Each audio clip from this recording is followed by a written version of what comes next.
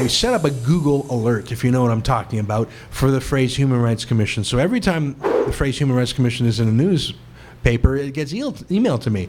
Most of them are in the third world. Most of them are in countries that have no human rights. That's why they have a Human Rights Commission.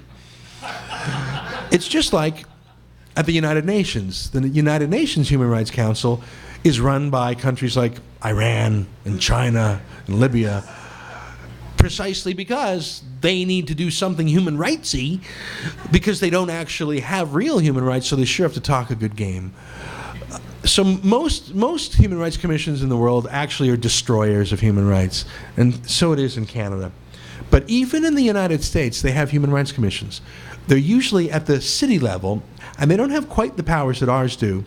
They don't have the power of these sort of court orders. But there was a case, there's a Philly cheesesteak called Gino's Steakhouse, very famous Philadelphia cheesesteaks. You'd probably recognize the store if you saw it. It's sort of an icon. And they put up a sign in their window, "This is America, please order in English." The word please was even in there. And they were taken to the Civic Human Rights Commission by someone who thought that was bigoted. Now, in America, they have the First Amendment, which is very strong, and they were acquitted. But there were 33 people who worked for that city's Human Rights Commission. That's bigger than all of Alberta's. So there is a risk there. But I think Americans are very much on guard for their First Amendment. And to my delight, a disproportionate number of my own supporters were American, both financially and spreading the word. I even received an invitation from the United States Congress's bipartisan Human Rights Caucus to go down to Washington, D.C. and be an expert to give testimony about the threats to free speech. Now, it was quite odd. I was on a panel with someone talking about the human rights violations in Arabia, human rights violations in China, like terrible things, torture and murder. And there I am saying, well, they hauled me downtown and I was in a law office for 90 minutes and, you know, it was sort of hot in there. I mean, I felt like maybe I wasn't in the same league as these people. But it was important enough because things don't happen overnight. And and they are worried about the censorship. I sat next to an Undersecretary of State, Assistant Undersecretary of State, who was following the United Nations attempts to criminalize defamation of Islam.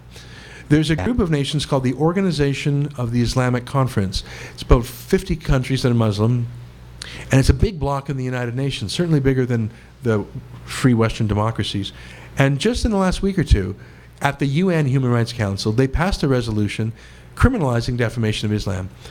Until a few years ago, this Human Rights Commission had a rapporteur, that's someone who goes around, a busybody, and makes reports, cataloging violations of free speech.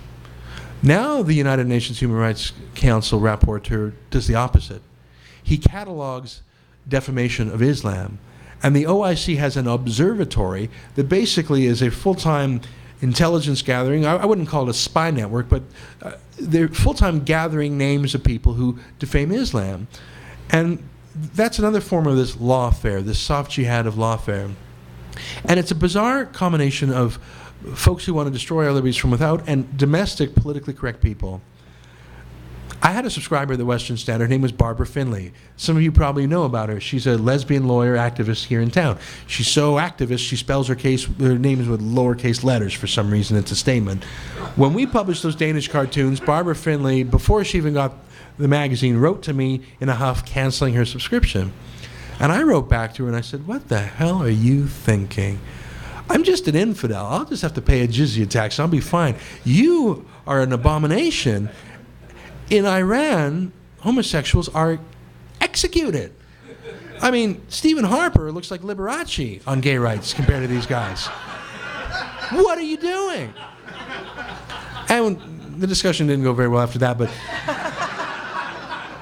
I know what she was thinking, because most of the people in these human rights commissions are either bland bureaucrats just punching the clock and they just can't believe they're making six figures just playing minesweepers all day or free cell and then persecuting the publisher. But I think some of them are radical activists who want to undermine our tradition of liberty.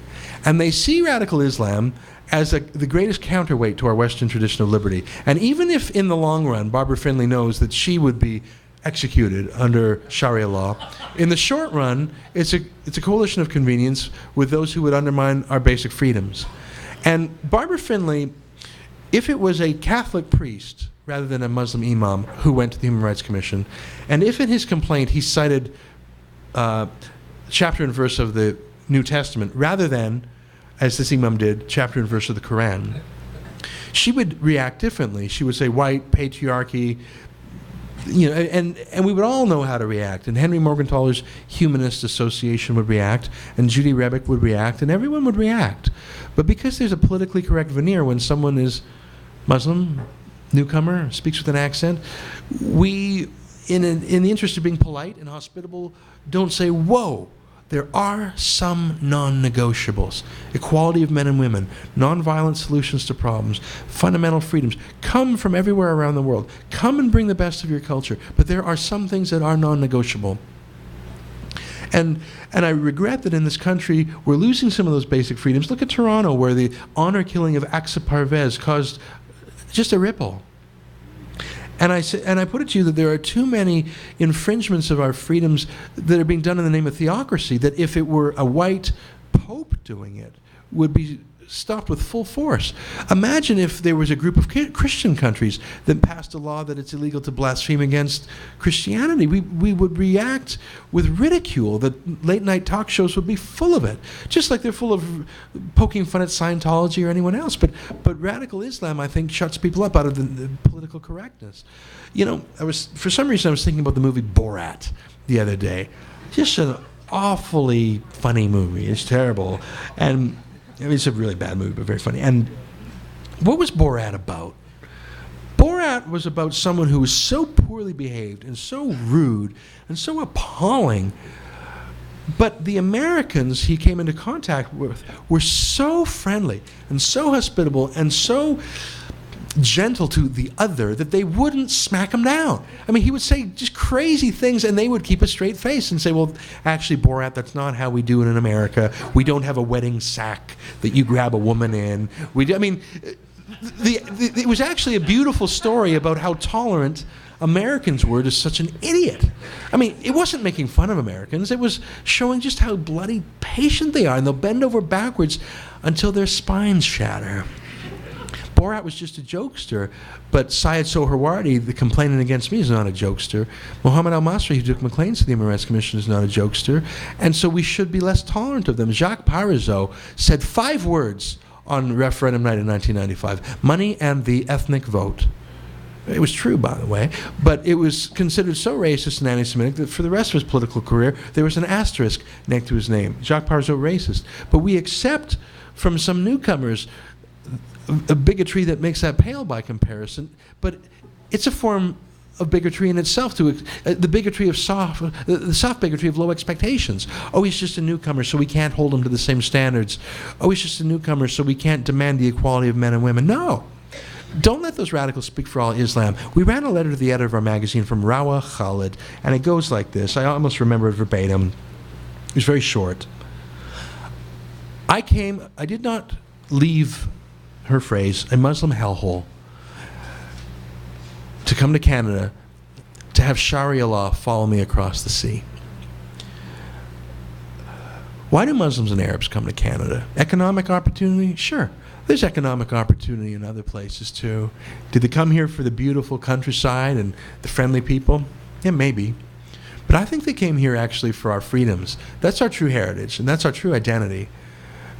And I think it's terrible that instead of standing up, our great institutions have been rolling over. Well, for God's sakes, if they can't flee to Canada, where can they flee to?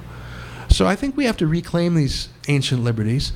And what's been so rewarding for me is over the last year and a half, how an abstract idea of freedom of speech has started to take a life to it. I mean, it's very difficult to start an abstract national discussion. But I think it started because there's just so much feeding it, so many crazy anecdotes. But I think actually freedom of speech is on the march in the court of public opinion. Now we've got to do what you say and take it into the legislatures. But I have never been more optimistic that there is a deep reservoir in our culture of freedom of speech. Maybe we don't articulate it that much. Maybe it hasn't been overt. But we know when it's missing. And I've been so impressed with the public response, and not just from conservatives. In fact, from liberals who would normally have great differences with me on many partisan issues. I'm so pleased that they've been able to put those petty differences aside to understand the core value of freedom of speech.